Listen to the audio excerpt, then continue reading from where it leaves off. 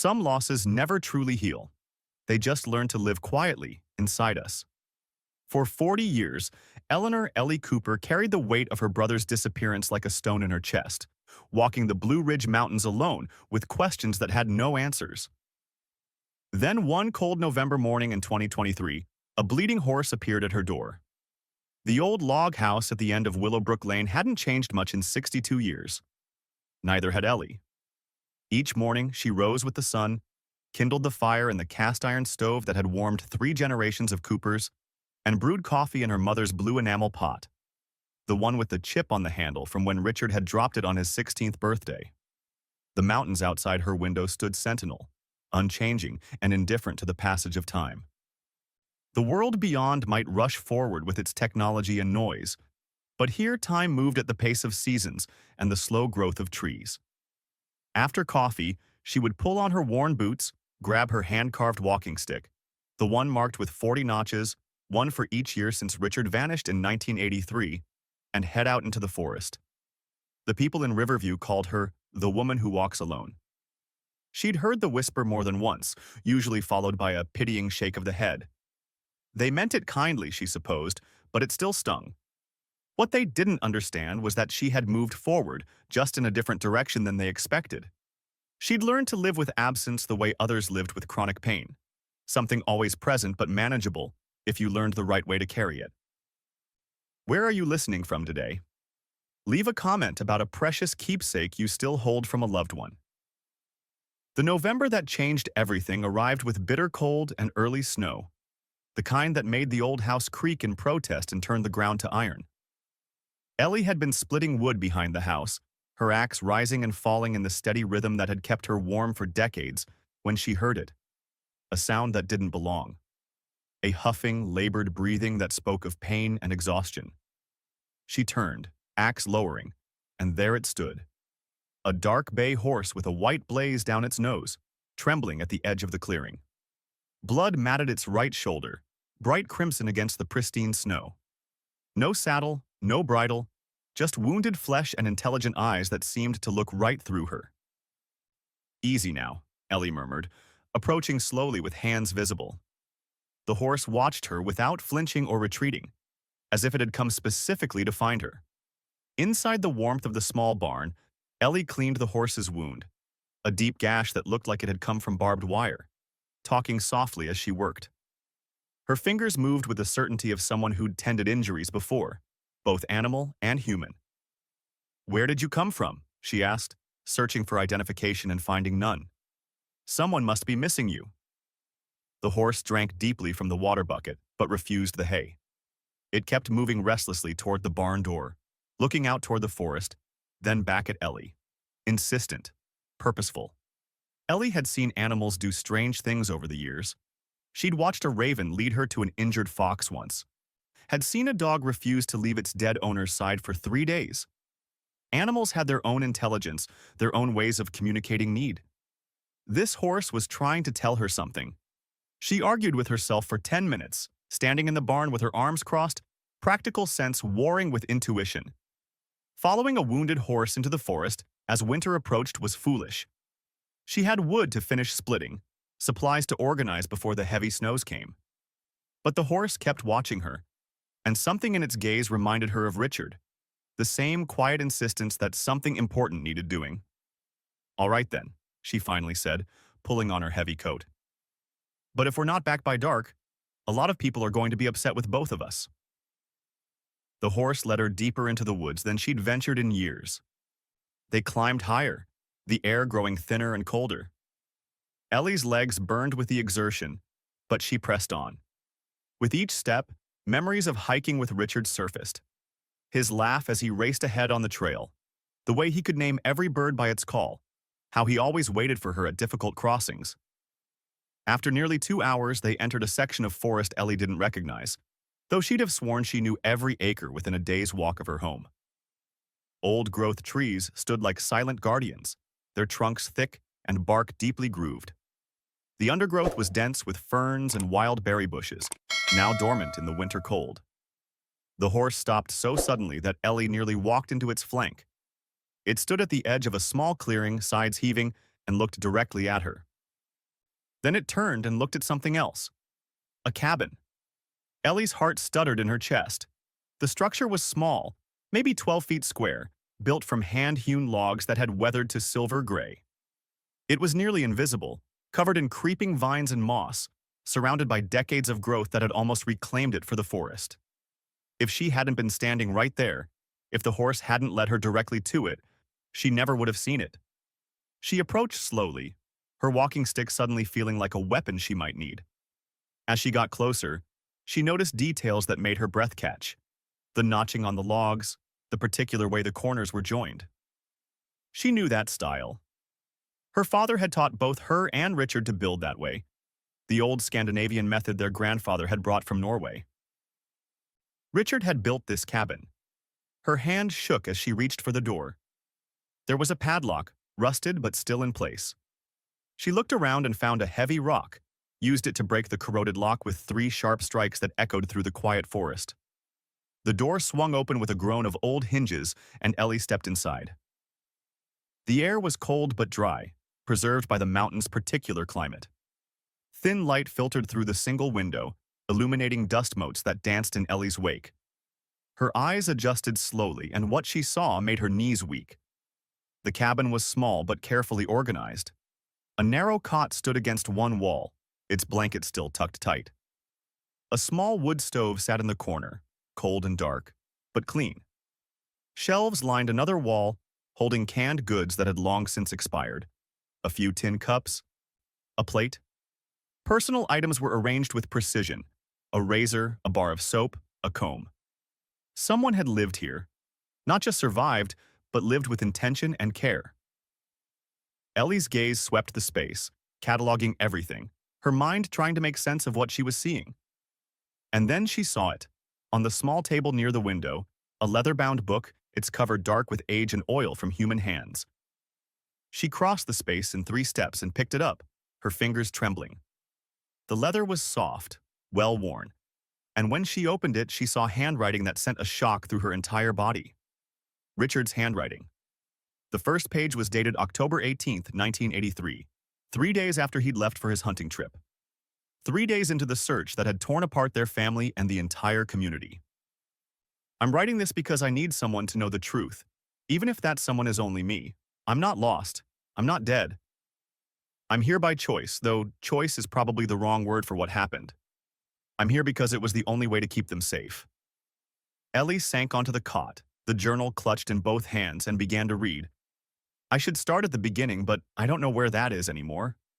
When did I fall in love with Catherine Montgomery? Was it the first time I saw her at the harvest dance, her yellow dress spinning under the lanterns? Or was it later when we talked by the river and she told me she felt trapped in her own life? Maybe it doesn't matter when it started. What matters is that it happened, and now I'm paying the price. Catherine Montgomery. The name struck Ellie like a physical blow. She knew that name. Everyone in the county knew the Montgomerys. They owned half the timberland, ran the largest orchard, had money and influence that stretched to the state capital. Robert Bradford, heir to the Bradford banking empire, had married someone around that time. Ellie tried to remember, her mind racing back through 40 years of half-forgotten gossip and society announcements. Yes, Robert Bradford had married a woman named Catherine in the fall of 1983, right around the time Richard had disappeared. She kept reading, her heart pounding. Catherine and I met in secret for 6 months. She knew her parents had promised her to Robert Bradford, knew that refusing would bring shame and financial ruin to her family. But she loved me. God help us both, she loved me, and I loved her with everything I had. We made plans to run away together. To start over somewhere her family's name meant nothing. We were young and stupid enough to believe love was enough. Ellie's hands shook as she turned the page. Outside, she could hear the horse moving, its hooves scraping against earth. The sound felt distant, unreal. Everything felt unreal except the words in front of her. Victor Bradford found out. I don't know how. Maybe we were careless. Maybe someone saw us together. 2 days before Catherine and I were supposed to leave, he came to me. Not Robert. His father, Victor Bradford, who had built that family fortune with the ruthlessness everyone whispered about, but no one dared confront. He gave me a choice: though calling it a choice is generous. Ellie could barely breathe as she read what came next. He said if I stayed, if I tried to be with Catherine, he would destroy my family.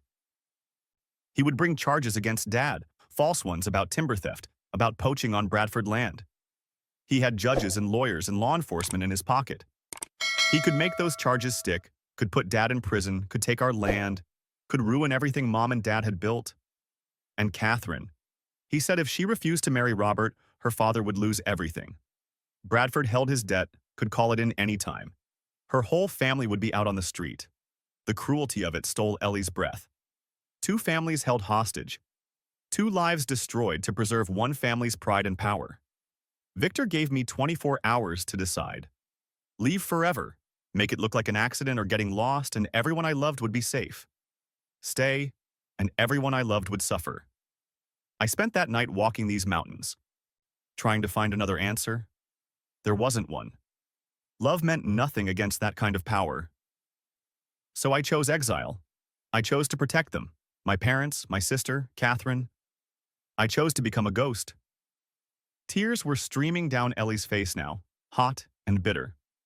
All those years, all that grief. Their mother had died believing Richard was dead, her heart broken by a loss that was really sacrifice. Their father had followed, destroyed by the same lie. And she, Ellie, had spent 40 years mourning a brother who'd been alive, who'd been so close, who'd given up everything to protect them. "Oh, Richard," she whispered to the empty cabin. "How long did you live here alone?" The next entries described Richard's first days in hiding, building this cabin in secret, learning to live like a shadow in the forest he'd always loved.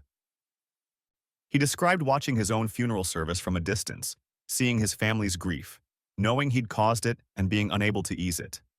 "I see Ellie walking sometimes," one entry read, dated 6 months after his disappearance. "She takes the trail near Moose Creek, the one we used to hike together. She walks slowly now, like the weight of the world is on her shoulders. I want to call out to her, to tell her I'm alive, to explain. But I can't. If they know I'm here, if anyone knows, Victor Bradford will make good on his threats. I have to stay dead. I have to let them grieve. It's the only way to keep them safe." Ellie sobbed. Deep, wrenching sounds that came from somewhere beyond tears, beyond grief. This was anguish mixed with rage, mixed with a love so profound it hurt. Her brother had loved them enough to die to the world. And the Bradfords had let it happen, had built their perfect life on the foundation of his sacrifice. The later entries became less frequent as years passed. Richard described the seasons changing, animals he observed, the way the forest looked in different lights. He wrote about Catherine too, watching her from a distance, seeing her in town occasionally, noting how her smile had faded, how she moved through her life like a ghost herself. "I saw her today," one entry from 1988 read. "She was at the market with a little girl, maybe 4 years old, her daughter." Catherine looked thin, tired. She wore expensive clothes but carried herself like they were a burden. I wanted to go to her, to tell her I kept my promise, that I protected her the only way I could. But what good would it do? She's made a life. She's a mother. I'm just a man who loved her once and couldn't keep her. I'm nobody now. A ghost watching the living from the trees. The final entry was dated just 12 years ago. Winter's coming early this year. I can feel it in my bones, which are getting old and tired. I'm 52 now, though I stopped keeping precise track somewhere along the way. Time doesn't mean much when you're outside of it. I think about death more these days. Not in a sad way, just practical. When I die, will anyone find me? Will Ellie ever know what happened? I think I'd like her to know. She deserved better than the grief I gave her. If anyone finds this journal, find my sister, Eleanor Cooper. Tell her I loved her. Tell her I'm sorry. And find Catherine. Tell her I kept my promise. Tell her I never stopped loving her. Tell her it was worth it, even though it broke me. Love was worth it. Ellie sat in the silent cabin, holding her brother's final words, and something inside her that had been frozen for 40 years finally cracked open. The grief poured out. Not the numb acceptance she'd carried for decades, but raw, fresh agony. She cried for Richard's sacrifice, for their parents who died without knowing the truth, for Catherine, who'd been forced into a loveless marriage, for all the years stolen by one family's cruelty and power. When the tears finally subsided, she was left with something else, a cold, clear anger and a sense of purpose she hadn't felt in decades. Where are you following this story from? Have you ever had a strong intuition about a situation that later proved correct? Share in the comments, and don't forget to subscribe so you don't miss the next part of this story. Back at her house, Ellie sat at her kitchen table with a cup of coffee gone cold, the journal open before her. Night had fallen, and the wind rattled the windows with increasing force. The horse was settled in her barn, its wound cleaned and bandaged properly. It seemed content to stay, at least for now. Ellie needed information. She needed to know what had happened to Catherine Bradford, whether she was still trapped in that marriage, whether she ever suspected the truth about Richard. The next morning, she drove into Riverview for the first time in weeks. The small mountain town was quiet, most businesses not yet open. But Martha Hudson's general store was always open by 7, and Martha herself was the closest thing Ellie had to a friend these days. The bell above the door chimed as Ellie entered. Martha looked up from behind the counter, her lined face breaking into a warm smile. Ellie Cooper, twice in 1 month. Must be a record. Need a few things, Martha. Thought I'd come early. Beat the crowd. Martha laughed. What crowd? Town's half empty since the mill closed. As Martha rang up her purchases, coffee, flour, canned goods she didn't really need, Ellie casually asked, "The Bradfords still up at Ridgeline Manor?" Martha's eyebrows rose slightly. "Robert and Catherine?" "Sure, though you don't see much of her. He's still running that bank like his daddy before him. Still foreclosing on folks who can't make payments, too. Their daughter, what was her name? Sarah Bradford. Though she goes by Sarah Cole now, I heard. Left home the day she turned 18, moved out west somewhere, Portland maybe. Can't say I blame her. That house was cold as a tomb by all accounts. You knew her? My niece Heather was in her class, said Sarah was quiet, kept to herself. Catherine would come to school events, sit in the back, leave as soon as they were done. Robert rarely showed at all. Ellie nodded, absorbing this. Catherine still alive then? Martha's eyes narrowed slightly. What's this about, Ellie? Ellie hesitated, then decided to risk a partial truth. Found some old family photos. There was one with Catherine from before she married Robert. She and my brother were friends, I think. Something flashed in Martha's eyes. Not quite surprise, but recognition. I always thought there was something off about that time, about Richard's disappearance. What do you mean? Martha leaned closer over the counter. The search was called off too quick. The sheriff, old Bill Hanson, he was in Victor Bradford's pocket. Everyone knew it. When they said Richard must have fallen down a ravine, that his body would never be found. It never sat right. Ellie's heart quickened. Martha, I need to find Sarah Bradford. Sarah Cole. I need to talk to her about her mother. Martha studied her for a long moment. This important? More than anything in 40 years. Martha nodded once, decisively. My niece works for one of those tech companies now. Knows how to find people online. Come by for coffee tomorrow. I'll see what I can do. The next day, Ellie left Martha's with Sarah Cole's email address and phone number scribbled on a piece of paper. In her truck, she sat for a long time staring at those digits, wondering what she would say. How do you tell a stranger that her mother's entire life had been shaped by a forced choice? That the man her mother was meant to be with had lived in exile for decades, watching from the shadows, dying alone in the forest? Finally, she dialed. Hello? The voice that answered was cautious, professional. Is this Sarah Cole? Sarah Bradford? A pause, then cooler. Who's asking? My name is Eleanor Cooper. I'm calling from Virginia, from Riverview. I believe your mother is Catherine Bradford. The silence that followed was thick and wary. How did you get this number? Through Martha Hudson. Her niece Heather was in your class. I need to talk to you about something important. I haven't lived in Riverview for 27 years, Ms. Cooper. I don't know what you could possibly... It's about my brother Richard and your mother. And about what Victor Bradford did to them both. Another silence, longer this time. When Sarah spoke again, her voice had changed, grown softer, with something that might have been hope or fear threading through it. What about them? It's not a conversation for the phone. I have documents, Richard's journal. He didn't die in a hiking accident, Sarah. He was forced to disappear, and your mother was forced to marry your father. They were in love, and Victor Bradford destroyed that love to protect the family name. That's a serious accusation. I know, and I wouldn't make it if I didn't have proof. Please, will you meet with me? I can come to Portland. A long pause then. This is about my mother. Is she all right? I don't know, Ellie admitted. I haven't seen her. But I have information about her past, about someone she loved before she married your father. I think you deserve to know the truth. Sarah was quiet for so long, Ellie thought the connection had dropped. Then, come to Portland. I'll text you my address. But Ms. Cooper, if this is some kind of scheme or trick— It's not, Ellie interrupted. I promise you, this is about love and loss and truth. That's all. All right, Sarah said finally. I'll see you in 3 days. Ellie spent the next day preparing for the trip. She made copies of the most important journal entries, took photographs of the cabin and its contents, secured the original journal in a waterproof case.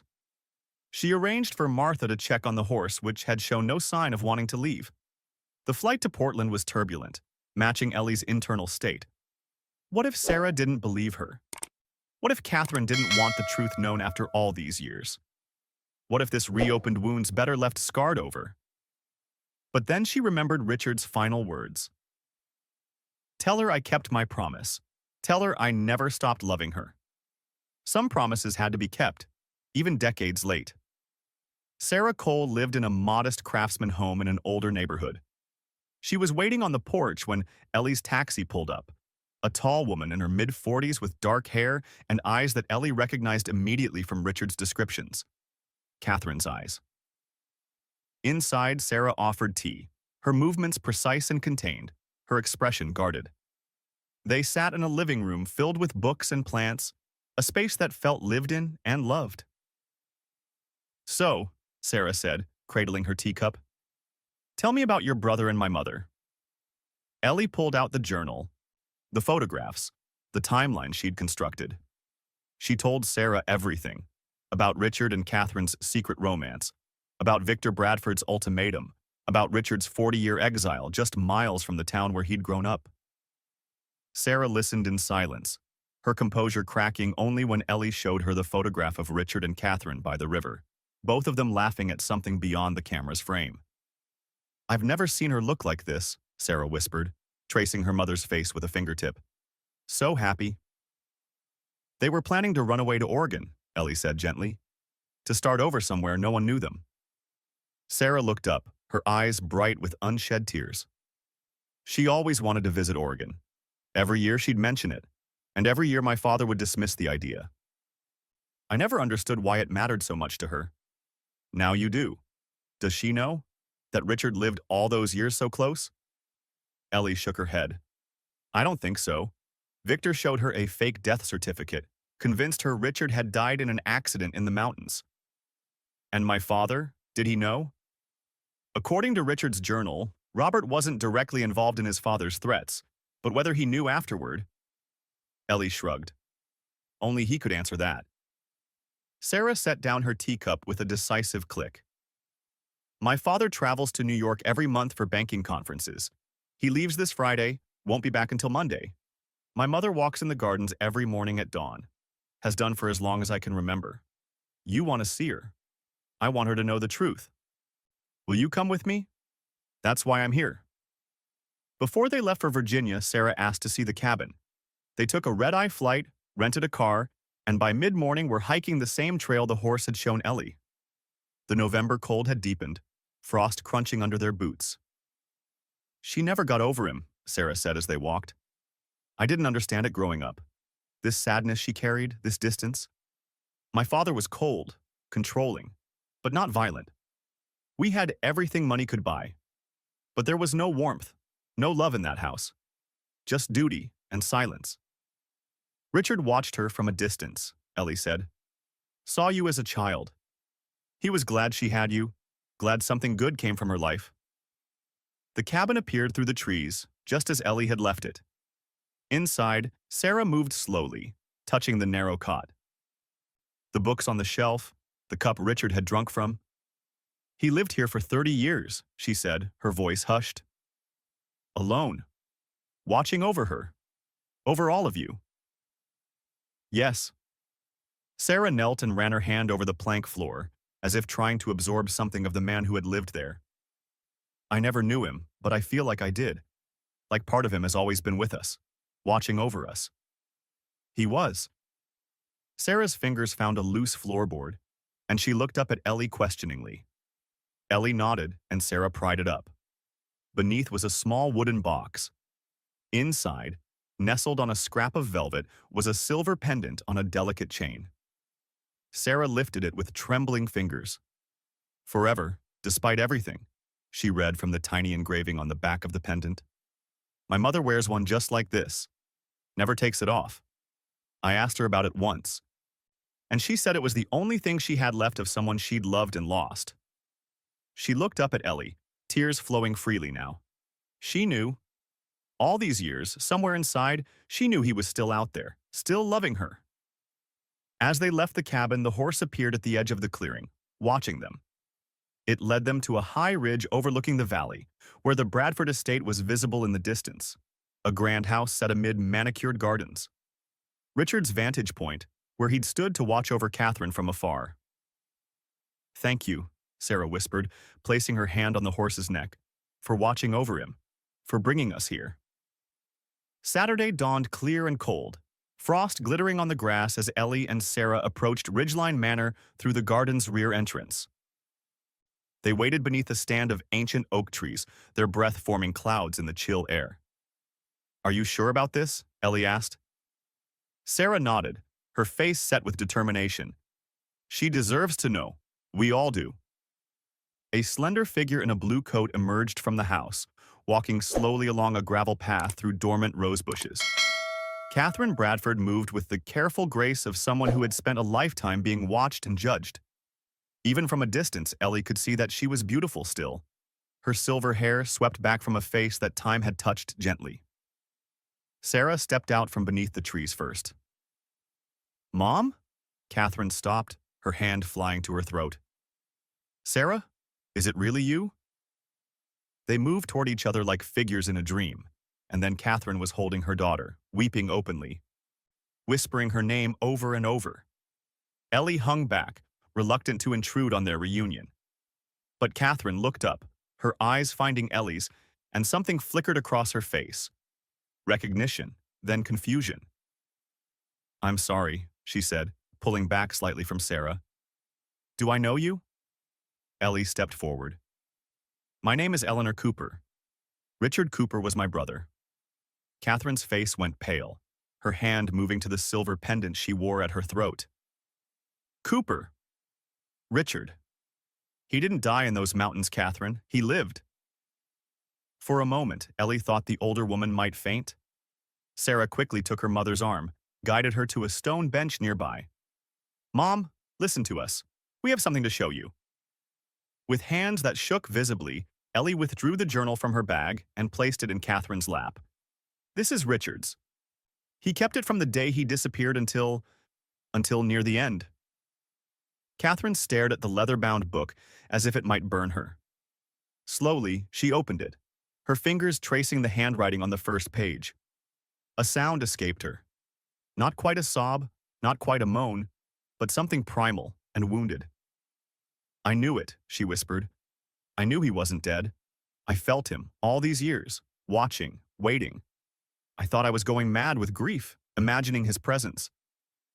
She looked up at Ellie with eyes swimming in tears. Where? Where was he? In the forest, in a cabin he built himself, less than 5 miles from here. All this time? He was so close? Ellie nodded, her own tears falling now. Victor Bradford threatened him. Threatened our family, your family. Richard chose to disappear to keep everyone safe. Catherine's fingers whitened around the journal.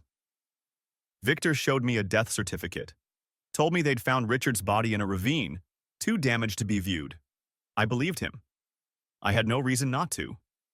Her voice hardened. He made me believe Richard had abandoned me, had died trying to leave. And all the while Richard was watching over you from a distance, Sarah said gently, protecting you the only way he could. Catherine turned to her daughter, eyes wide with sudden understanding. That's why you left. You felt it too. The coldness, the wrongness of that house, of my marriage. I felt your sadness, Mom, every day. I didn't understand it then, but I do now. Catherine looked back at Ellie.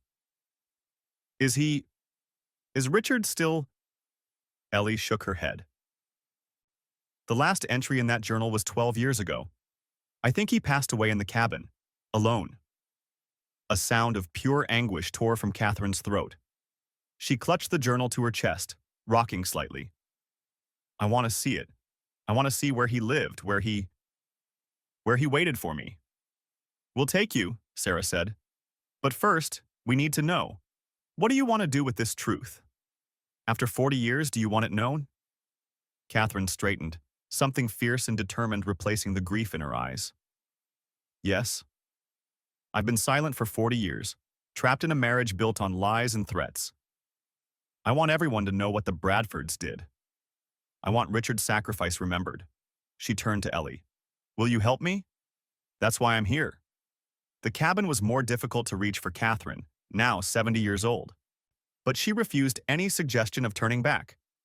Ellie and Sarah stayed close, steadying her on the steeper sections, pausing when she needed to rest. When the cabin came into view, Catherine stopped, one hand pressed to her mouth, the other still clutching Richard's journal. He built this, she whispered, with his own hands. Inside, Catherine moved as if in a trance, touching everything Richard had touched. The cot where he'd slept, the stove where he'd cooked, the table where he'd written his journal. She picked up a worn copy of sonnets from a shelf, and a folded paper fell out. With trembling hands, she opened it. My dearest Catherine, if you're reading this, I'm gone, and somehow you found your way here. I hope that means you finally know the truth. I hope that means you understand I never abandoned you. I never stopped loving you. How do I love thee? Let me count the ways. Though years and distance separate us, my answer remains the same. All of them. Forever. Forgive me for not being stronger, for not finding another way. I thought I was protecting you, but perhaps I was only postponing our pain. Live, Catherine. Whatever time you have left, live it fully. That's all I ever wanted for you. Forever yours. Despite everything, Richard. Catherine sank to the floor, the letter pressed to her heart, sobbing in great heaving gasps that seemed to come from the depths of her soul. Sarah knelt beside her, holding her mother as years of suppressed grief finally broke free. Ellie stood by the window, giving them space, her own tears falling silently. This cabin had been Richard's prison and his sanctuary, the place where he'd chosen to live out his days rather than bring harm to those he loved. Now it was witnessing the reunion it had always deserved, Catherine finally understanding the depth of Richard's sacrifice, finally knowing that his love had never wavered. When they returned to Ridgeline Manor, Robert Bradford's car was in the driveway. He's supposed to be in New York, Sarah whispered as they approached the house. Let him be here, Catherine said, a new steel in her voice. It's time he knew what his father did, what he's benefited from all these years. Robert Bradford stood in the foyer, tall and imperious despite his 70 years, his face flushed with anger. Catherine, what is the meaning of this? Who are these people? Catherine walked straight to him, Richard's journal clutched in one hand. This is my daughter, who you drove away with your coldness. And this is Eleanor Cooper, whose brother your father destroyed to force me into marrying you. Robert's face went from angry to confused. Cooper? That name? Wasn't there a young man who went missing? He didn't go missing, Robert. He was forced to disappear by your father, who threatened to destroy his family and mine if we tried to be together. Robert stepped back as if struck. What are you talking about? My father would never… Your father was a monster who crushed anyone who stood in his way, Catherine interrupted, her voice steady despite the tears still drying on her cheeks. And you? Did you know, Robert? Did you know Richard Cooper was alive all those years? Did you know I was forced to marry you? Robert's jaw worked, but no sound came out. His eyes were fixed on the journal, and Ellie saw something flicker across his face. Not quite guilt, but something close to it. Recognition, perhaps? My father told me the Cooper boy had been taken care of, he said finally, his voice tight. I didn't ask questions. I didn't want to know. You suspected, Sarah said, her voice cold. You knew there was something wrong with your marriage from the very beginning, and you never questioned it. What was I supposed to do? Robert's voice rose defensively. Go against my father? I was 24 years old. Richard Cooper was 24 too, Ellie said quietly. And he gave up everything to protect the people he loved. You chose power and comfort instead. Robert looked at her, and for a moment Ellie saw something in his eyes. Shame, perhaps, or regret. But it passed quickly, replaced by the cool mask of control he'd worn his whole life. This will destroy the Bradford name, he said. Everything my father built, everything I've maintained. Yes, Catherine agreed simply. It will, and maybe it should. The next morning, Catherine called Rachel Murphy from the Blue Ridge Chronicle and told her everything. Rachel listened in stunned silence, then promised the story would run the next day. Catherine also contacted a lawyer she trusted who began proceedings to establish the Richard Cooper Memorial Fund, dedicated to helping people trapped by power imbalances. The story broke like wildfire. Local man's disappearance linked to banking dynasty, the headline read. Within days, it had been picked up by national news outlets. People left flowers at the Cooper's family grave, where Richard's name had been added, though no body was ever found. Others created a makeshift memorial at the gates of Ridgeline Manor, not in accusation, but in sympathy for Catherine. Through it all, Catherine stood tall. She gave interviews, showed the journal to selected journalists, and worked tirelessly to establish the Memorial Fund. Robert initially retreated to their New York apartment, emerging only when his lawyers insisted he make a statement acknowledging regrettable actions by his late father. But as public pressure mounted and the story gained national attention, Robert Bradford made a surprising decision. He returned to Ridgeline Manor and announced his support for the Richard Cooper Memorial Fund, pledging $5 million as an initial endowment. Not out of genuine remorse, perhaps, but out of a belated recognition that some wrongs couldn't be buried forever. My father's actions were inexcusable, he said at the press conference, standing awkwardly beside Catherine. I can't change the past, but I can help ensure the future is different. A week after the story broke, an elderly woman arrived at Ridgeline Manor, her hands trembling as she asked to see Catherine. Alice Finch, Catherine's mother, now in her 90s, had read the story in the Portland newspaper where she'd retired years ago. I knew, she confessed as she sat with Catherine, tears streaming down her weathered face.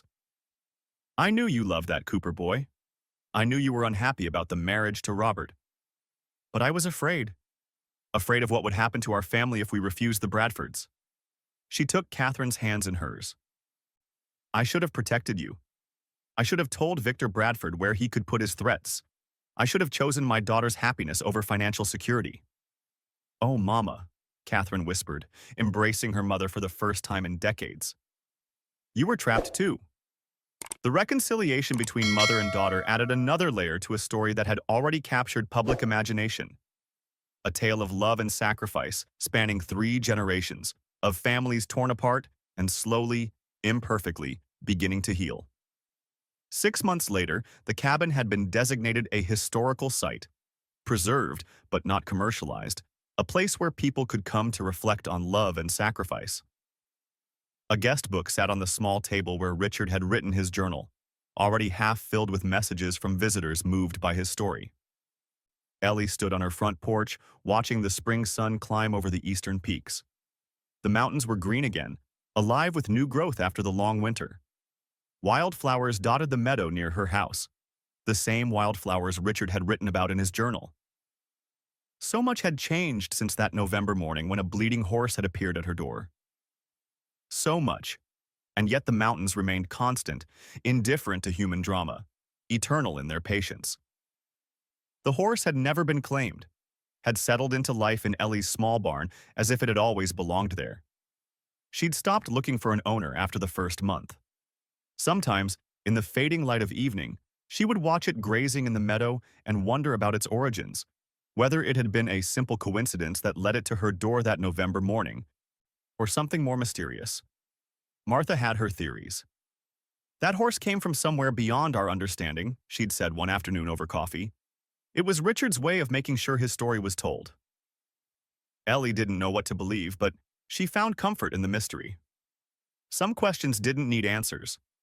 She heard a car coming up her drive and smiled. Company was a regular occurrence now. She was no longer the solitary woman who walked alone. Catherine and Sarah visited often, as did journalists, documentary filmmakers, and people simply drawn to Richard's story. Today it was Catherine and Sarah, returning from their trip to Oregon, the journey Catherine and Richard had planned 40 years before. They stepped out of the car, both looking lighter somehow, as if the journey had lifted some of the weight they carried. "We found the exact spot," Catherine said as they sat together on Ellie's porch, sharing coffee and memories. "The ranch where Richard's friend had offered him work. It's still there, still beautiful." She smiled, a real smile that reached her eyes. "I left a part of his letter there, buried under a river rock, so a piece of him finally made it to Oregon." Ellie reached over and squeezed Catherine's hand. He would have loved that. "What will you do now?" Ellie asked, looking between mother and daughter. "I've filed for divorce," Catherine said simply. "Robert didn't contest it. I think he's relieved in a way. We've both been pretending for too long. And the foundation is growing beyond anything we imagined," Sarah said. "We've already helped 3 families escape situations with dangerous power imbalances. Richard's story is reaching people, changing lives." "And what about Robert?" Ellie asked carefully. Catherine shrugged. "He's trying, in his way. The money helps, of course, but it's more than that. I think he's finally facing what his family has done, not just to us, but to many others over the years. It's not forgiveness, not yet, but it's a start," Sarah finished. They sat in comfortable silence, watching the sunset paint the mountains in shades of gold and purple. The horse grazed peacefully in the meadow, its coat gleaming in the fading light. "Do you ever wonder," Sarah asked, "about the horse? Where it came from, why it led you to the cabin after all those years?" Ellie considered this. "Sometimes. Martha says it's Richard's way of making sure we found each other. That he couldn't rest until the truth was known. And what do you think?"